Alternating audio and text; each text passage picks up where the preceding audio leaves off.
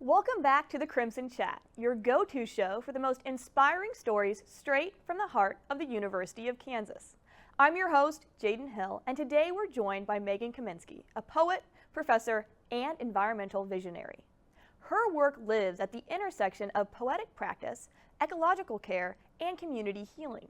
Whether through her books, Gentlewoman, Deep City, and Desiring Map, or her artist collaborations like Prairie Divination, Professor Kaminski invites us into a world where listening is an act of love and reciprocity is a way of life.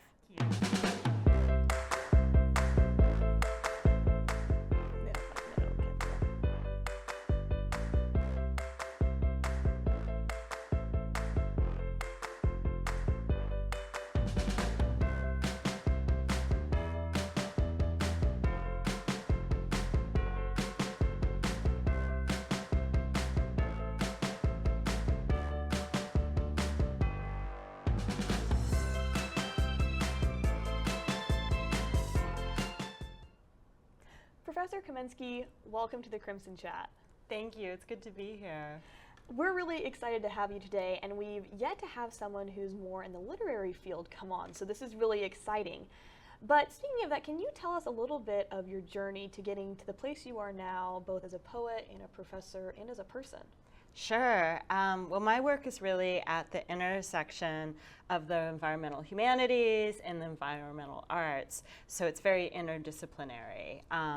I am formally educated as a poet. I went to graduate school at the University of California, Davis, and studied poetry there, and began writing poems and working as, my first job here was assistant professor of poetry writing in the English department. But as my career progressed and my interest as a writer and researcher and teacher brought me along a path, I expanded my research fields, my teaching capacities, and all of that came together around the time that I received tenure, and I expanded out into the sciences, into community-based practices, and especially through the School of Social Welfare. So that's a lot. I will not give you all of it right now, but that's kind of where I started, where my trajectory, and how I ended up in environmental studies, where I'm a professor now. Yeah, that's really amazing. And switching from, you still do work in the poetry at the university, right? So I am a both. poet, okay. So I am publishing mostly poetry and essays, so nonfiction, but I also do research in plant studies, in queer ecologies, and I'm really interested in the ways, specifically in all of these fields, the ways that place calls us into relationships of care, both for land and for each other. And I think you bring up place, and it's a really big part of your work. But what does place mean? Does that just mean where I'm sitting right now? Does place mean a building? Does it mean the world? What is place? It means all of these things, right? So thinking about the place where we physically are and thinking about our embodied experiences and the ways that our embodied experiences give us information about the world and give us wisdom. And this is often wisdom that we're not very good about listening to. I mean, we pay a lot of attention to our health, to the ways we look physically, but not a lot of attention to the ways that we feel. And I'm really interested in the ways that our embodied experiences and the ways that we encounter others in the world are sources of information. So there's our physical body and our own placement in the world, but also thinking about the physical structures we're in, the communities that we're a part of, so thinking about our families, but thinking about our larger communities, and then thinking about the land itself and the ways that the physical place that we're in has its own history, has its own cultures, and its own ecologies, and the ways that we're a part of that system, not outside of the system. Yeah, and you're really speaking to that ecological part of what you do, but I want to go back a little bit to the poetry. Can Sure. you describe what exactly is poetry? Because a lot of people go through English classes and they have a kind of formed idea of what it is, but it's not just a haiku. There's a lot of different areas of poetry. Can you just talk a little bit about that? Definitely. One of the first assumptions that people bring into poetry is that it has to rhyme. And that is not true. I really love the poet Louis Zukowski's definition of poetry, and he actually uses set theory to talk about this. So he uses mathematics as a way to define it. And he talks about if we're thinking about poetry as a set, that the lower limit is speech and the upper limit is music. So it's everything between our usual speech and music. I think about poetry as being this way of speaking, this way of using language that somehow captures something that our usual language, our speech, maybe like an academic essay or argument can't quite hold. So there's something about poetry that taps into like the larger mystery of the universe. And I love looking at that connection between poetry being maybe this really deep connection to what you're writing, what you're feeling, and also place being a deep connection to who you are and where you are. And so you can really see how those two things come together in your work. And especially in your poetry that I've read, it feels like a conversation with the land in a sense. It's almost like a personification of these different environments. And in Lake Singing, you write, "Slip this morning into my cold depths, I'll cushion you towards polished rocks, smooth your feltered brow." Can you talk about that relationship? Sure. Well, I mean, I think this is one of the things that I feel like we're always trying to negotiate as human beings, and we're animals, right? We're human animals in the world, and how we can both acknowledge our limitations as humans, that I can only see things as a human being, and honestly, I can only see things from my own perspective deeply, right? Like, there's a way that even someone that we're married to, or are a mother or father to, or even these most intimate relationships, there's a way you can't really know someone else's experience, but we're always trying to understand them, right? This is how empathy works. This is how care works. So I'm interested in the ways when we're thinking about the more than human world. So like the lake here, and this poem is it's playing around. The lake isn't very nice. If you go further into the poem, I think the lake is threatening to drown the person that they're speaking to. Thinking about the ways that we can relate to the more than human world. So if we're thinking about plants and animals, as maybe thinking about them as plant persons or animal persons, and thinking about them having kinds of sentience and cognition that are very different than our own. So there's a way in which the poem is definitely personifying the lake, but there's a way in which the larger project is pushing up against them. So trying to hold simultaneously the desire to try to understand someone very different than ourselves and their perspectives, but understanding that you can't do that fully, and trying not to just put our own feelings and thoughts and experiences on these other beings, these other sentient beings in the world. Yeah, and I think that speaks a little bit to the difference of even empathy and sympathy. I mean, we talk about this a lot, but the idea that you're not just wanting to be sympathetic to the world around you, but you want to be empathetic and really try to get that perspective. And one way, like you said, is kind of a little bit personifying them, but just keeping them in that conversation. And I think that also speaks to, I'm sure you've heard about eco-anxiety, right? Yes. As we all mostly at this point have, and it's kind of become a word that's been thrown around. But how do you think your work kind of looks at eco-anxiety? Do you think that it helps to look at the world in a way in which we can understand it in this empathetic format? Or do you think that maybe it makes that eco-anxiety worse? Or how do you think your work kind of plays into that? I hope it doesn't make it worse. I think about eco-anxiety, I guess, sometimes when I'm teaching. And one of the things that I see a lot with students, but with like larger publics when we're talking about things like global warming, climate change, species extinction, is how difficult it is to hold simultaneously the fact that human beings are the cause of these changes, but that, we're not singularly responsible for any of these things. So what I do every day is not going to change the world in terms of, whether I decide to bring my water bottle with me or buy a single-use plastic water bottle. And there are ways in which I think we feel deep responsibilities for that that really can be, I don't know, that's eco-anxiety, right? Like feeling like there's nothing I can do to change. I'm singularly responsible. There's nothing that I can do. And what I want to do within my writing and within my poetry is show different avenues for living in the world. So instead of saying you have to do these specific things, or, you know, I don't know, Whatever like that list of guidelines recycling, is, whatever. yeah. Instead, thinking about ways that we might think differently about the world. So we might think about our caring for the world and the natural world and land not just being a responsibility, but also be a source of providing nourishment and care for ourselves. And how those kind of very individual acts, very individual ways of thinking about the world and relating to the world can spiral out into larger change within our communities and then more broadly within the world. I really love that perspective, and that's why I really enjoy your work, is because when you put it in a situation where you're in a relationship, it feels like it's not all on one side. And I think that takes a little bit of that eco-anxiety out of it. Still exists, still very real, but like you said, allows you to be nourished as well as you are also nourishing. And that's a really cool way to use your work, and I just really appreciate that. But you kind of brought in how you want to have people look at the world in a different way. And in prairie divination, you kind of have animals as guides. Yes. Do you want to talk a little bit about that? Sure. So prairie divination is an oracle deck and collection of essays. And I've been writing poetry, and I love poetry because it reaches a larger audience, but I was thinking about how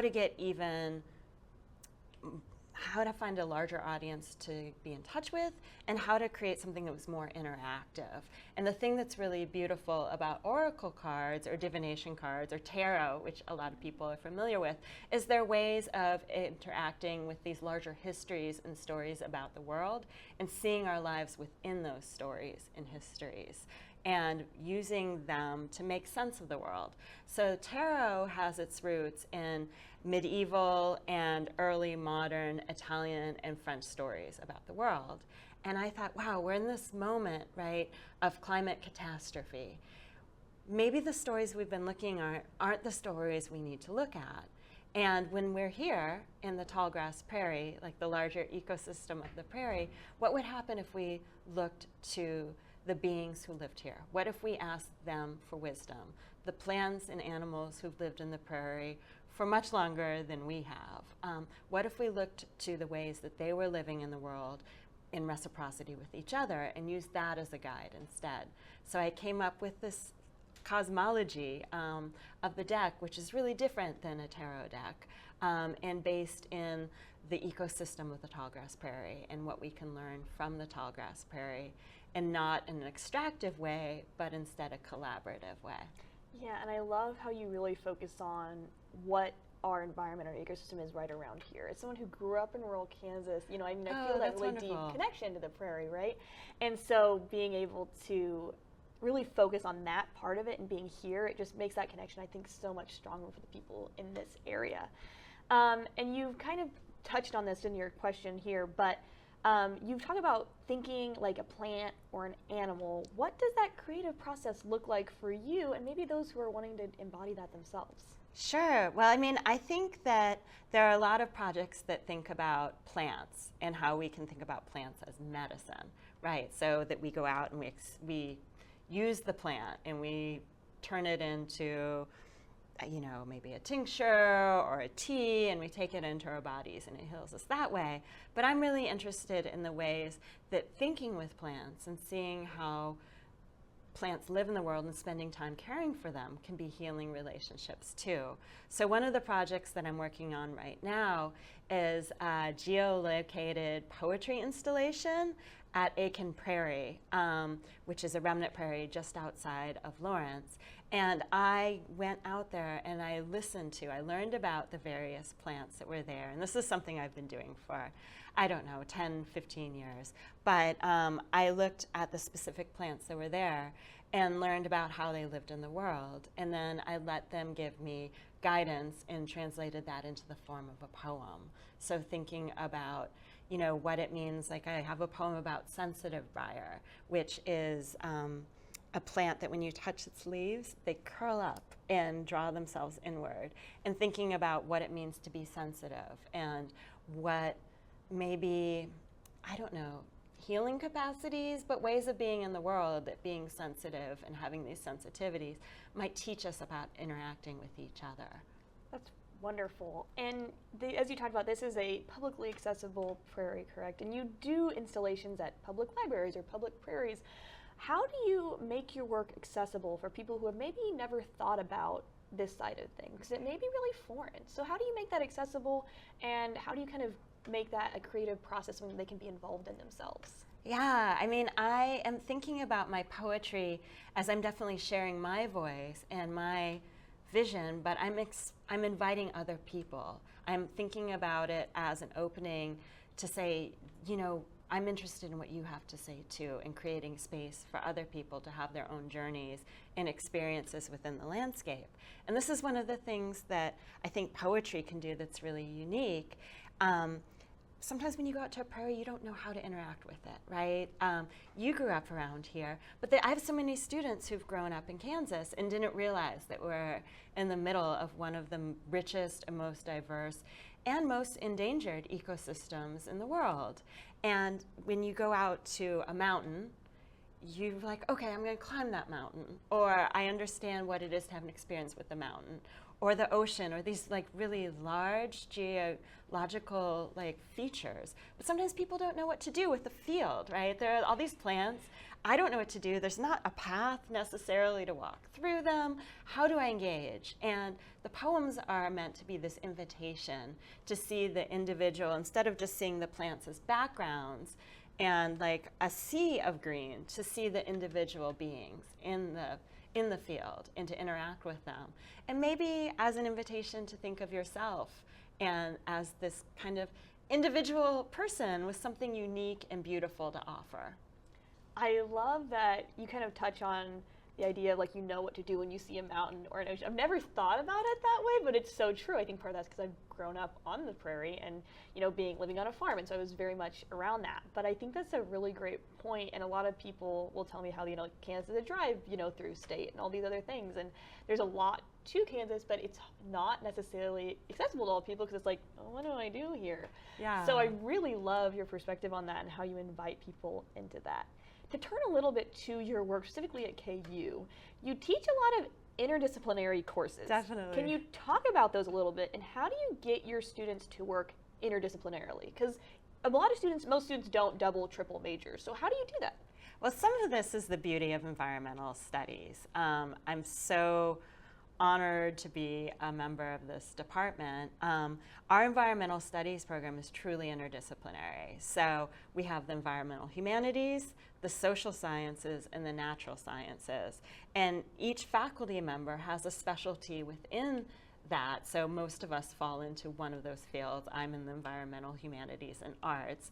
But there's this real desire, either in the classes or through the connection of classes, to build this holistic understanding of the world. So saying, okay, science can teach me this about these plants, but I'm also interested in the cultural knowledges that people hold about plants. I'm also interested in how farmers relate to the prairie and how they relate to the crops that they're growing. And so all of these knowledges combine together to create a really full picture of the world and enable our students to go out and make real change in the world. I mean, one of the things that's really beautiful about environmental studies students is they have a deeper vision and a set of values that drives their studies and work in the world. And there's a whole range of why people come into the program, but I really enjoy being able to offer this. You know, I think about the my work really in terms of teaching and in my own research falls into the environmental humanities and arts, and also community engaged research. And those things seem really discrete, but I think when you put them together, you could think about the idea of environmental leadership and thinking about how we both understand our values, create our values, and share values within the world. And I think this is something that we really need right now, and something that's sometimes missing in our world. And you bring up how it's really special in your department in particular that tends to just be interdisciplinary. Do you think there's ways that other departments could do that? And you mentioned how it's really important to think interdisciplinarily, especially in today's world. What are ways that maybe other departments could implement, or do you think that would be even possible? Well, I mean, I think there are lots of departments who do this to some degree or another, or individual researchers who do this to some degree or another. So for instance, my classes this semester are cross-listed in English. My writing and ecology class is an English class as well as an environmental studies class. And my queer ecologies class is a women's gender and sexuality studies class as well as environmental studies class. I'm teaching a third extra class for the honors program where I really work as a mentor to help students develop their own interdisciplinary paths through the university. And we see this sometimes with students with different majors and thinking about ways that something might complement either their studies or their growth as individuals. And you know, the university helps train us for jobs, but it helps train us for life too, more broadly. And I think sometimes these interdisciplinary paths, whether they're within an individual field of study or whether they're students supplementing and building their own projects from that, own careers and own life paths, that sometimes those things come in ways that are unexpected. So I started out as a pre-med major, and I studied economics, I worked briefly in finance. All these things kind of filter in. I worked for environmental nonprofits. I was a yoga teacher for a little bit, and I didn't know how they'd fit into my life, but they kind of end up, as you go on, informing all the work that you're doing. And I think that that's one of the most beautiful things that I've been able to do at KU, and I really am grateful for KU for providing this place where I can bring my whole self into my research, in teaching, and service, and see ways that these kind of things that seem like separate interests actually do fit together. And I try to model that for students and let them know that anything that they're interested in their field of study, they might not see where it's going to go now, they might not see what that path is, but to have faith in there being a reason why they're interested in all of this. For sure, and you do approach things in a really different way than many people have done before, especially when they come to college. There's a lot of things that you are new, but also just your idea of poetry. You've talked about before how it's a practice of inquiry and care. Yeah. How do students respond to that when they've come into your classroom from maybe just your average English high school experience? Definitely. I mean, I think that there is a sense of, I don't know, that you're writing to find the perfect sentence, or you're writing to craft something that, and that's true, right? We are working. It's not that we're not concerned about how language works, but we're concerned about, I'm interested, and I think most people are drawn to studying literature and writing literature because of the transformative quality, the way it speaks to larger connections in the world. Right? So when we read a great novel or a poem that really moves us, it touches something inside of us, and sometimes it allows us to see a part of ourselves that we didn't see before. Sometimes it's like, oh, that's what I've been trying to say, or that feeling I've been trying to express for, I don't know, maybe even years, and I didn't know how to say it. And sometimes it's like, oh, I'm not the only person who's felt this way. But it can also be like, wow, I could live differently in the world. The ways that I'm really struggling, the ways that are really difficult, I see a different way, a different path here, and I feel encouraged to develop my own path. And I think these are the things that really move and drive us as readers, as writers. And I guess part of that is making space for that to come out in my classes. And I see that as something that students really respond beautifully to, that this focus about the transformative quality of literature and the potential of literature doesn't make their writing less polished from a craft perspective. Instead, it allows them to infuse the unique perspectives that they have, the unique embodiments that they have in the world, like the ways that they want to care and the curiosities they have, and that this is what makes us read in the first place, right?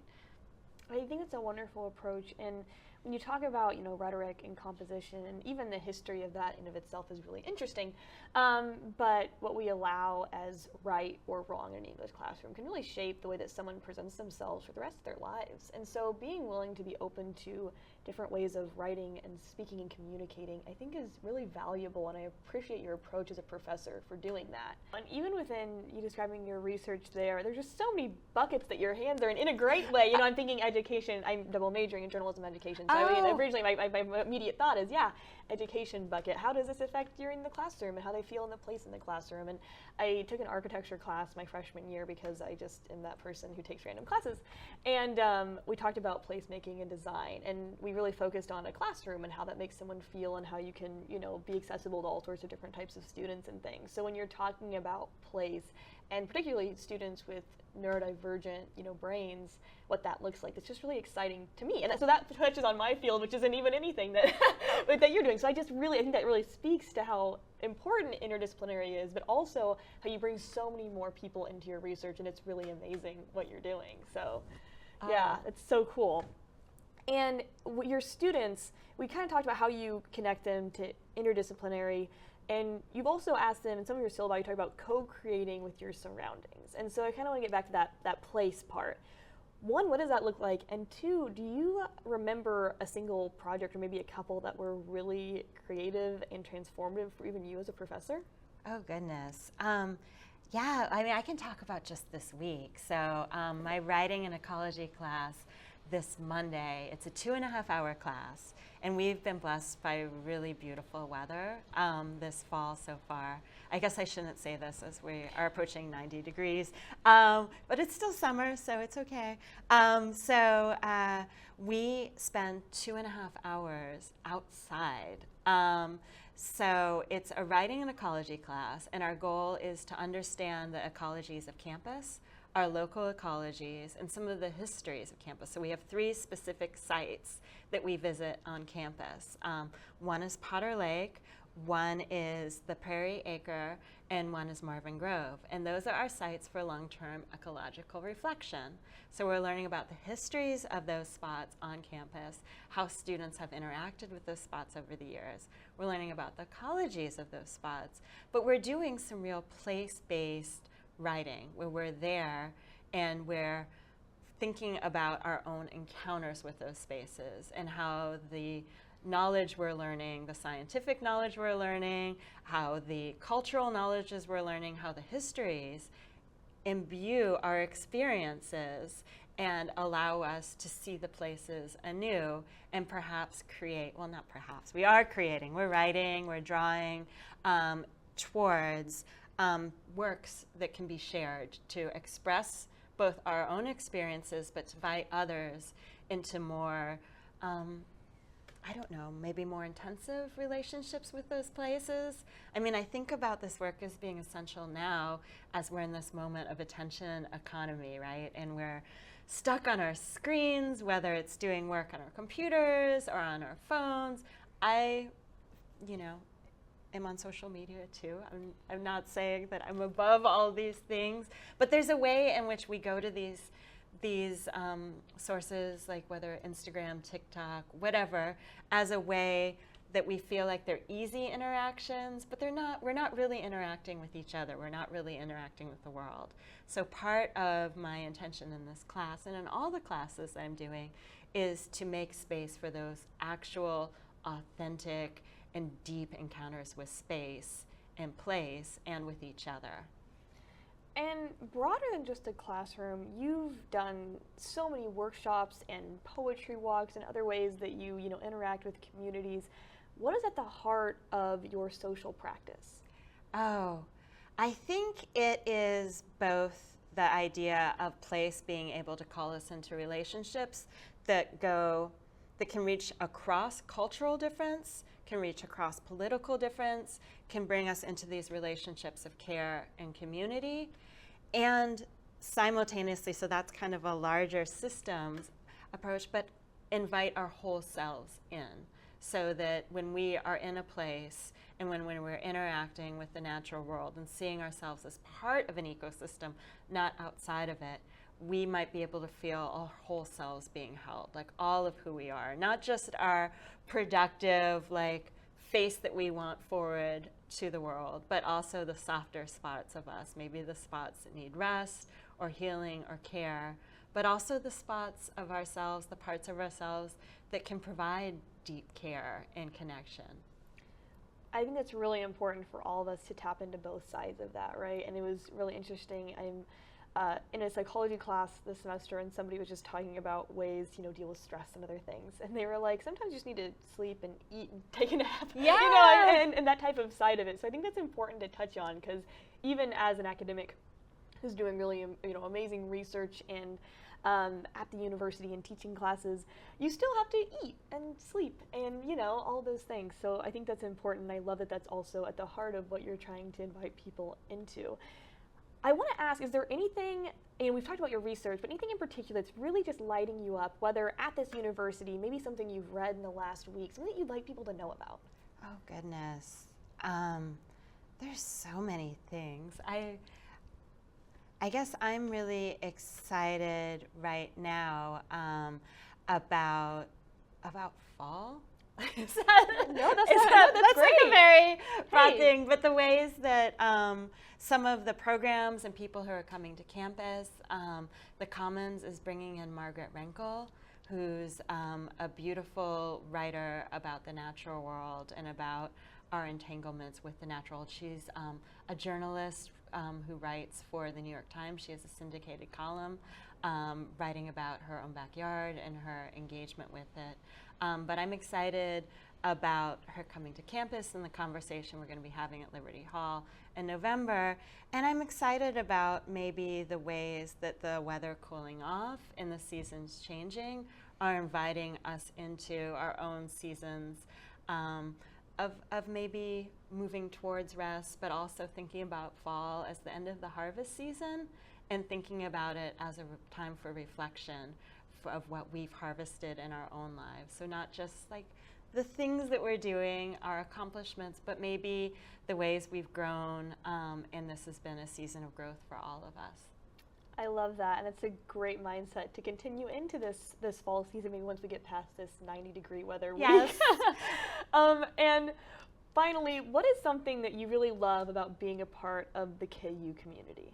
Oh, goodness. I think getting to engage with students and thinking about having been here for a little while.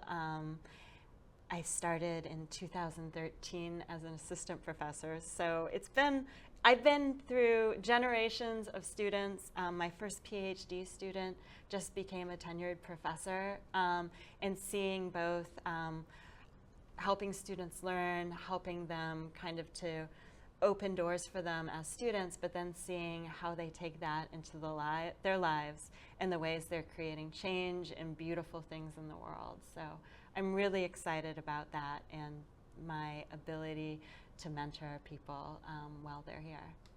Well, Megan, thank you so much for being on the show. It's been amazing having you here and being able to talk about all of this and just your vision, your care, your work, and how it reminds us that poetry isn't just some set of things you learn. It's a certain, whatever, but there's so many ways that you can engage with that, whether reading or writing or just experiencing it. And I think that your relationship to the prairie, to those who interact with your work and your students is really admirable. So just thank you so much. Well, to our listeners, stay curious, stay connected, make sure that you follow us on social media, and we'll see you next time on the Crimson Chat.